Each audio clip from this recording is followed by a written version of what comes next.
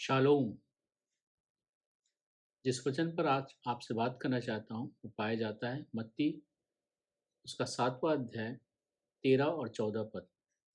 सकेत फाटक से प्रवेश करो, क्योंकि चौड़ा है वह फाटक और चाकल है वह मार्ग जो विनाश को पहुँचाता है, और बहुतेरे हैं जो उससे प्रवेश करते हैं। क्योंकि सकेत है वह फाटक और सकरा है वह मार्ग जो जीवन को पहुँचाता है, और थोड़े हैं जो उससे पाते हैं। यहाँ पे प्रभु यीशु मसीह कहते हैं कि सकेत फाटक से प्रवेश करो। जो फाटक सकरा है, जो फाटक नैरो है, उससे प्रवेश करो। क्योंकि क्या बोल रहे हैं, चौड़ा है फाटक और चाकल है वो मार्ग जो विनाश को पहुंचाता है। यहाँ पे जब हम इस वचन को पढ़ते हैं, ध्यान से पढ़ते हैं, तो यहाँ दो बात लिखी है। चौड़ा और सकरा मार्ग के बारे में बात लिखी हुई है। ये दोनों जो मार्ग है, ये हमारे वे ऑफ लाइफ को दिखाते हैं, एवं जीने जीने के तरीके को दिखाते हैं कि हम किस प्रकार से अपने जीवन का निर्वाह इस धरती पर कर रहे हैं, और उसको मार्ग के रूप में दर्शाया गया है। जो चौड़ा जो मार्ग है, बोलता जो विनाश को पहुंचाता है, ये जो वो मार्ग है जो बहुत सरल मार्ग है। ये वो मार्ग है जिसमें कोई सी प्रकार का कोई बंधन नहीं है, कोई रुकावट नहीं है, कोई प्रकार का कोई नियम नहीं है, कोई कायदे नहीं है। आप अपनी इच्छा अनुसार इस मार्ग पर चल सकते हैं, अपने जीवन को व्यतीत कर सकते हैं। आपकी जो इच्छा होती है वो आप कर सकते हैं। बोलते हैं ना, मैं अपने मन का राजा हूँ। आपके मन में जो करने की इच्छा होती है आप कर सकते हैं। आप जहाँ जाना चाहते हैं, कुछ भी करना चाहते हैं, आप उसके लिए फ्री है होते हैं, और ये उस मार्ग को दर्शाता है। परंतु जब इस मार्ग का अंत होता है, जब इस मार्ग का अंत का मतलब है जब हमारे जीवन का अंत होता है, तब ये जो इस मार्ग पर चलने वाले व्यक्तियों का अंत सिर्फ विनाश होता है। वो सिर्फ विनाश के अधिकारी होते हैं, क्योंकि उन्होंने अपनी पूरी जिंदगी को अपने शारीरिक इच्छा अनुसार, अपने मन की इच्छा अनुसार उसको व्यतीत किया है, और इसके हिसाब से उनका जो अंत है, उनका जो मार्ग का अंत है, वो सिर्फ विनाश है। यदि हम रोमी 8 अध्याय 13 पद पढ़ेंगे, वहाँ लिखा है, क्योंकि यदि तुम शरीर के अनुसार दिन काटोगे तो मरोगे, यदि आत्मा से देह की क्रिया को मारोगे तो जीवित रहोगे। यहाँ साफ लिखता है, यदि तुम शरीर के अनुसार चलोगे तो तुम मरोगे। हम शरीर के अनुसार से चलने वाले, इस मार्ग पर चलने वाले व्यक्ति जो होते हैं, वो शरीर के अनुसार चलने वाले व्यक्ति होते हैं, शरीर की इच्छाओं के अनुसार चलने वाले व्यक्ति होते हैं। और इसके लिए यहाँ वचन कहता है मरोगे। मरोगे मतलब अनंत जीवन उनके पास नहीं होगा, मतलब वो परमेश्वर का राज में प्रवेश नहीं कर पाएंगे, क्योंकि वो अपनी इच्छा अनुसार चल रहे हैं। वो परमेश्वर की इच्छा अनुसार नहीं चल रहे, वो परमेश्वर की बातों को नहीं मान रहे, वो परमेश्वर की शिक्षाओं को नहीं मान रहे हैं। वो सिर्फ अपने जीवन में अपने जीवन में इस धरती पर रहते हुए अपनी इच्छा अनुसार चल रहे हैं। और अगर हम देखें गलतियों उसका 5वां अध्याय 19 से 21, तो यहाँ लिखा हुआ है, शरीर के काम तो प्रकट है, अर्थात व्यभिचार, गंदे काम, लुचपन, मूर्ति पूजा, टोना, बैर, झगड़ा, ईर्षा, क्रोध, विरोध, फूट, विधर्म, डाह, मतवालापन, लीला क्रीड़ा, और इनके ऐसे और काम हैं। इनके विषय में मैं तुमको पहले से कह देता हूँ, जैसा पहले कह भी चुका हूँ, कि ऐसे ऐसे काम करने वाले परमेश्वर के राज के वारिस ना होंगे। ये वचन शरीर के काम को प्रकट कर रहा है।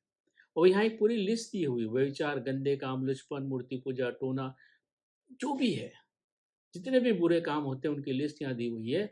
और ऐसे व्यक्ति, ऐसे जीवन बिताने वाले व्यक्ति उस चौड़े मार्ग पर चलने वाले व्यक्ति होते हैं, उस चौड़े मार्ग पर चलने वाले व्यक्ति होते हैं। और ऐसे बहुत से लोग होते हैं।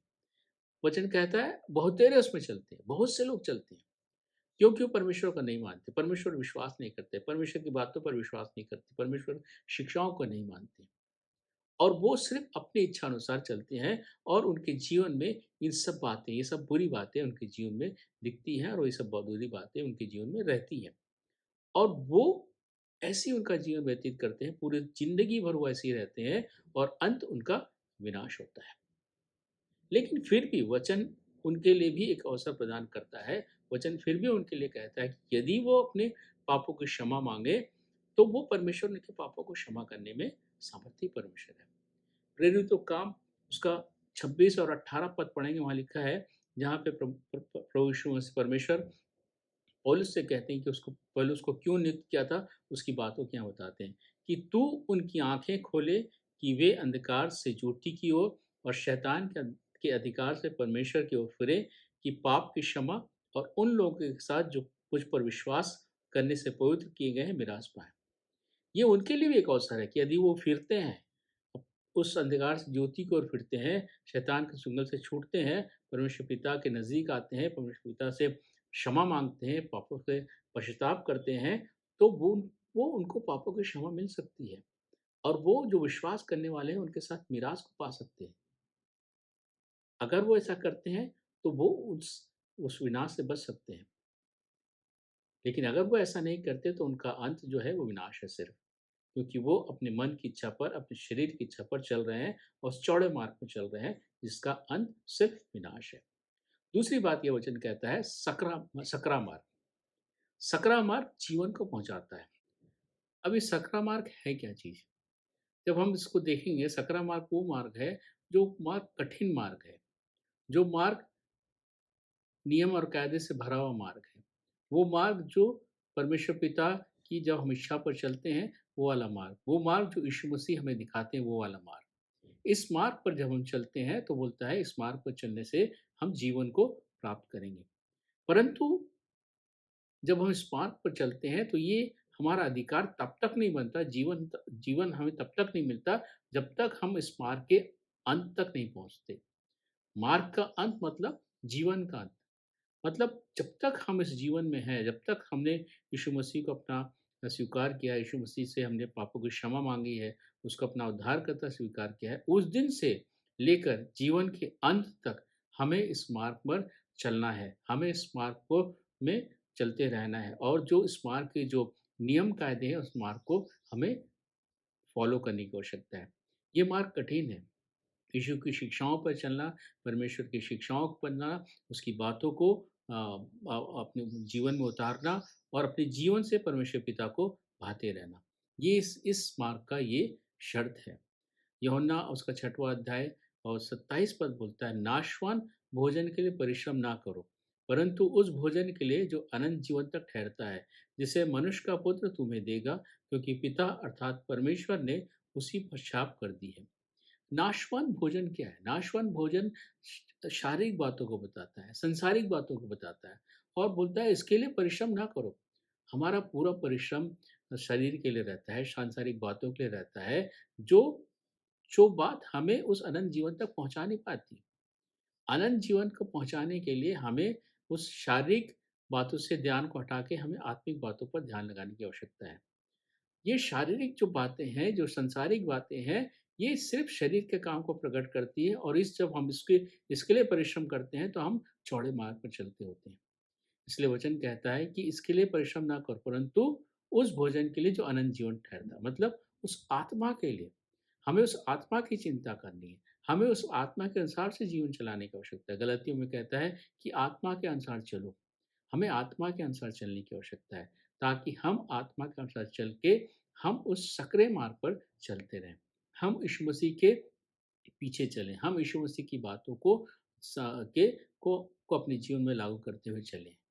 और पवित्र आत्मा हमारे इसके लिए सहायता करता है। पवित्र आत्मा इसके लिए हमारी मदद करता है कि हम पवित्र आत्मा के बताए हुए रास्ते पर चलें, ताकि जो एक सांसारिक लोग चलते हैं, उससे अलग होकर हम इस जीवन को व्यतीत करें, इस संसार में जीवन को व्यतीत करें। आत्मा के अनुसार, आत्मा के कंट्रोल में होकर अपने जीवन को व्यतीत करें, ताकि हम उस अनंत जीवन के भागी हो सकें। यूहन्ना 10वाँ अध्याय 1 से 28 पद पढ़ेंगे, वहाँ पे एक अच्छे चरवाहा का वर्णन आता है। यीशु मसीह बोलता है क्या, 11 पद में बोलता है, अच्छा चरवाहा मैं हूँ, अच्छा चरवाहा भेड़ों के लिए अपना प्राण देता है। भेड़ बोलती है, भेड़ के लिए कह रहा है कि भेड़ उसका शब्द पहचानती है। भेड़ों के आगे चरवाहा चलता है, भेड़ उसके पीछे-पीछे चलती है। तो वही बात, वही कंडीशन हमारे लिए लागू होती है कि हम प्रभु यीशु मसीह के पीछे-पीछे चलें, उसका शब्द को सुनें, उसको फ़ॉलो करें और उसके बताए हुए मार्ग में चलें। ये हमारे लिए ज़रूरी है कि हम उसके पीछे चलें, तभी हम उस सकरे मार्ग पर चल सकते हैं, तभी हम उस सकरे मार्ग पे वो चलते हुए अनंत जीवन को प्राप्त कर सकते हैं।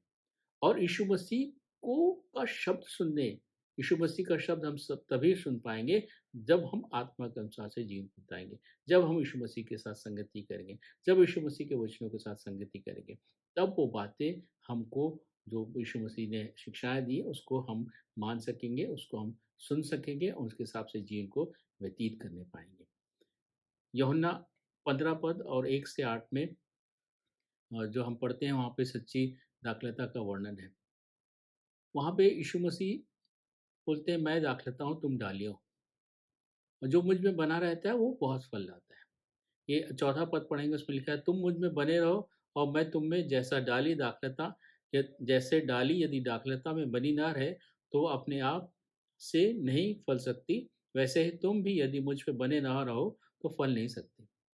इसलिए हमको यीशु मसीह के साथ बने रहने की आवश्यकता है। यीशु मसीह के साथ जुड़े रहने की आवश्यकता है। यीशु मसीह के साथ लिपटे रहने की आवश्यकता है, जड़ पकड़ने की आवश्यकता है। तब हम यीशु मसीह के लिए फल लाने वाले हो सकें। तब हम अपने वो फल जो जिसकी चाहत प्रभु यीशु मसीह हमसे करता है, वो फल हम ला सकें। और ये तभी संभव है जब हम यीशु मसीह के साथ चलें और सकरे मार्ग पर बने रहें। तब हम यीशु मसीह को भा सकते हैं, तब परमेश्वर को भा सकते हैं और तब अपने जीवन से हम परमेश्वर पिता के लिए फल ला सकते हैं। और तब जब उस मार्ग का अंत होगा, तब हम उस अनंत जीवन को प्राप्त कर पाएँगे। इसलिए ज़रूरी है कि हम उस सकरे मार्ग पर चलें। और आज ये हमारे लिए चेतावनी है। आज ये हमारे लिए एक परखने की बात है कि हम कौन-से मार्ग में चल रहे हैं। हम चौड़े मार्ग में चल रहे हैं कि हम सकरे मार्ग में चल रहे हैं। अगर यदि हम चौड़े मार्ग में चल रहे हैं, तो हमें उस मार्ग से अपने आप को अलग करना होगा। हमें प्रभु यीशु मसीह के पास आना होगा, हमें अपने पापों की क्षमा माँगनी होगी और हमें पश्चाताप के साथ आना पड़ेगा, ताकि प्रभु यीशु मसीह हमें उस पापों से छुटकारा दें और हमें उस मिरास में शामिल करें। यदि हम ऐसा नहीं करते, तो हमारा विनाश पक्का है। इसलिए आज की सुबह हम इस बात का अवलोकन करें, अपने आप को परखें, अपने जीवन को देखें कि हम कौन-से मार्ग पर चल रहे हैं।